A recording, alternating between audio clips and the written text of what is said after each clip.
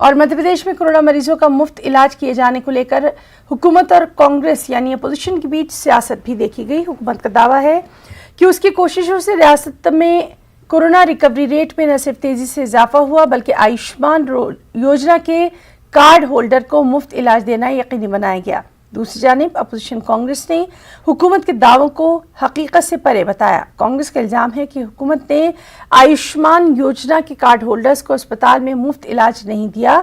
जहां कहीं मरीज पहले से दाखिल हैं उनसे अहकाम के पहले की बिल के नाम पर मोटी रकम वसूल की जा रही है। इस बीच जबलपुर के CMHO डॉक्टर रत्नीश कुआरिया ने जबलपुर के 6 अस्पतालों में नोटिस जारी करके इसलिए कार्रवाई की। उन्होंने आयुष्मान योजना के तहत मरीजों को मुफ्त इलाज देने से मना कर दिया था। मुफ्त इलाज को लेकर हुकूमत और अपोजिशन के दावे अलग अलग हैं।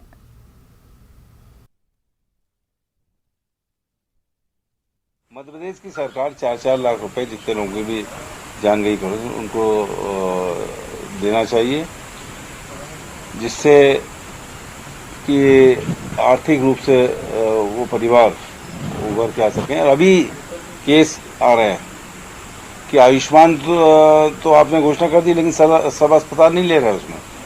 और दूसरा, अगर आयुष्मान को अगर मान रहा है अस्पताल तो कह रहा है कि पुराना पैसा दो, तो पुराने पैसे में इतना जोड़ देते हैं कि आगे तक का वसूल लेंगे। गरीब आदमी सब टूटे हुए हैं पूरी तरह से। और मेरा तो ये कहना है कि हम पहले चीज कह रहे हैं कि इलाज फ्री होना चाहिए, लेकिन इलाज फ्री नहीं हो रहा है।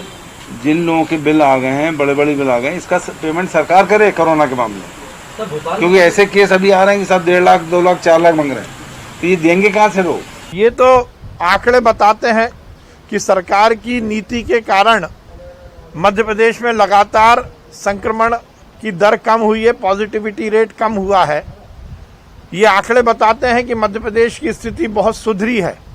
जहां हम आज से 1.5 महीने पहले देश में प्रथम तीसरे स्थान पर थे, आज हम 14वें 15वें स्थान पर आए हैं। हमारा पॉजिटिविटी रेट घटा है और रिकवरी रेट बढ़ा है। कांग्रेस को हर मुद्दे पर राजनीति करनी है और जनता को गुमराह करना है। और सीधे रुख करेंगे भोपाल।